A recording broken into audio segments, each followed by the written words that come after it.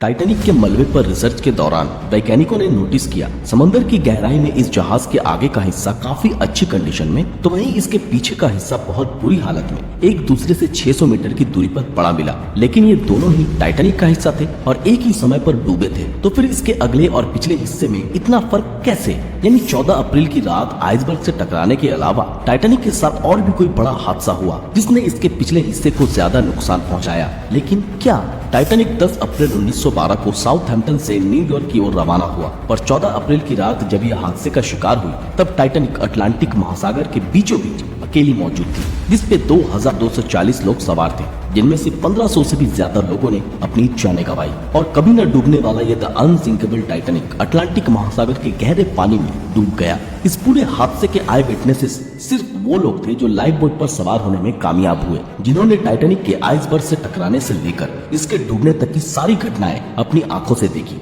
RMS Carpathia Titanic के डूबने के 1.5 घंटे बाद हादसे की जगह पहुंची और वो भी खुशकिस्मती थी कि उन्हें टाइटैनिक से भेजा गया इमरजेंसी सिग्नल मिल पाया, वरना जो लोग लाइफ बोट में सवार थे वो इतने हार्श कंडीशन में जिंदा नहीं बच पाते। और टाइटैनिक का हादसा कैसे हुआ इसके बारे में दुनिया कभी जान नहीं पाती। शुरुआती जांच में इस हादसे के बारे में कुछ भी पता नहीं चल पाया, लेकिन इसमें बचे लोगों ने ये बताया कि शिप एक विशाल आइसबर्ग से टकराया था। हादसे की जगह पाए गए आइसबर्ग को देख और उस पे लगे टाइटैनिक के रेड पेंट से इस बात की सच्चाई साबित हुई। आई विटनेस की बातें सुनकर और मिले सबूतों के अनुसार रिपोर्ट में ये बताया गया कि टाइटैनिक के राइट साइड पर आइसबर्ग के टकराव से 300 फीट लंबा होल बन चुका था। वहीं जिंदा बचे लोगों ने ये बताया कि पूरे शिप को डूबने में 2.5 घंटे लगे थे। रिसर्चर्स तो ये मानते हैं कि अगर आइसबर्ग ने टाइटैनिक में 300 फीट का होल बनाया होता तो इसे 2.5 घंटे में नहीं बल्कि कुछ मिनटों में ही डूब जाना था। लेकिन इसकी असली सच्चाई क्या थी उस वक्त मालूम ना पड़ सका। सच जानने के लिए इसे ढूंढने की जरूरत थी और सैकड़ों सर्च ऑपरेशन के बाद आखिरकार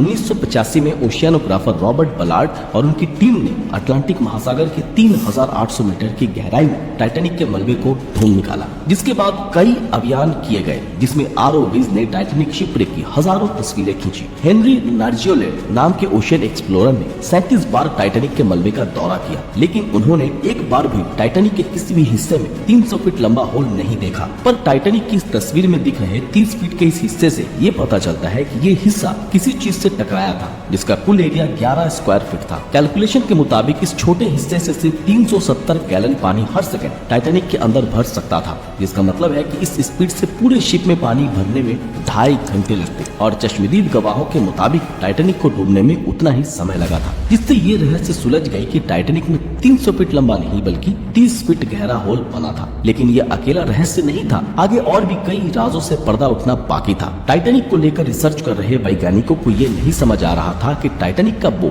यानी आगे का हिस्सा इसके पीछे के हिस्से यानी स्टर्न से ज्यादा बेहतर कंडीशन में कैसे था और इन दोनों हिस्सों के बीच इतनी दूरी कैसे। इस रहस्य को सुलझाने के लिए हाईटेक सोनार स्कैनिंग टेक्नोलॉजी की मदद ली गई। रिमोट ऑपरेटेड व्हीकल्स ने शिपरेक साइट की हजारों तस्वीरें खींची और फिर उन्हें कंप्यूटर ग्राफिक्स की मदद से एक 3D मॉडल का रूप दिया। इस 3D मॉडल में वो सब डिटेल्स मौजूद थी जिसे इस गहराई में कोई भी कैमरा या इंसान अपनी आंखों से नहीं देख पाता। इस मॉडल में साफ देखा जा सकता है कि कैसे 392 मीटर लंबे इस स्टर्न के सारे डेक्स एक दूसरे के अंदर घुस चुके हैं और इसके कई सारे पार्ट्स आसपास बिखरे पड़े हैं। सिर्फ ये 2 बड़े आकार के इंजन इसके साथ लगे हुए थे। ये मॉडल स्टर्न की हालत भी बयां करती है। 110 साल पहले टाइटैनिक का ये हिस्सा जब समुद्र की सतह से टकराया उसके निशान आज भी वहाँ मौजूद है, जिसे सिर्फ 3D मॉडल के जरिए ही देखना मुमकिन है। इस निशान को देख ये पता चलता है कि जिस वक्त स्टर्न समुद्र की सतह से टकराया उस वक्त वो उल्टी दिशा में घूम रहा था। वैज्ञानिकों ने इस निशान से यह अंदाजा लगाया कि स्टर्न वाला हिस्सा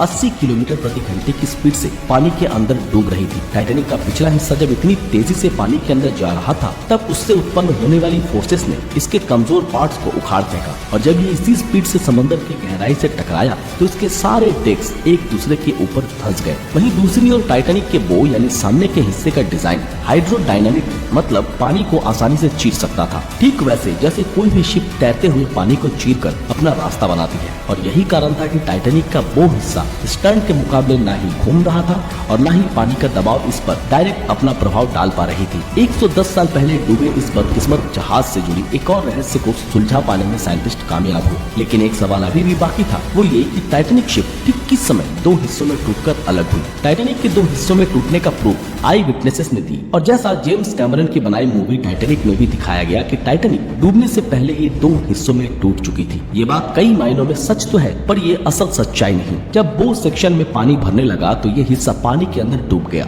जिस कारण स्टर्न का पूरा वजन इसके सेंटर पॉइंट में पड़ा और ये सेंटर पॉइंट इतना वजन नहीं झेल पाई और दो हिस्सों में टूट गया। पर सोनार स्कैनिंग से बनाए गए ये 3D मॉडल तो कुछ और ही बयां करता है। दरअसल टाइटैनिक पे मौजूद चीजें समंदर की गहराई में दूर दूर तक बिखरी पड़ी मिली, जिसमें dinner plate, coffee cups, deck benches और पैसेंजर्स के पर्सनल चीजें भी थी, जिसमें से 95% सामान स्टर्न भाग का था। कुल 10,000 से भी ज्यादा आइटम 3.5 स्क्वायर किलोमीटर के एरिया में फैले हुए मिले। अगर ये हिस्सा पानी के ऊपर ही बोट से अलग हो जाता तो समंदर की गहराई में पहुंचते पहुंचते इसका मलबा 3.5 स्क्वायर किलोमीटर से भी ज्यादा एरिया में फैलता, जैसा कि आप देख सकते हैं। इसलिए एक्सपर्ट ऐसा मानते हैं कि ये हिस्सा पानी के ऊपर ही टूट गया था, पर ये बोट से अलग समंदर की सतह के कुछ मीटर ऊपर ही हुआ होगा और फिर एंटी क्लॉकवाइज घूमता हुआ 600 मीटर दूर जा गिरा।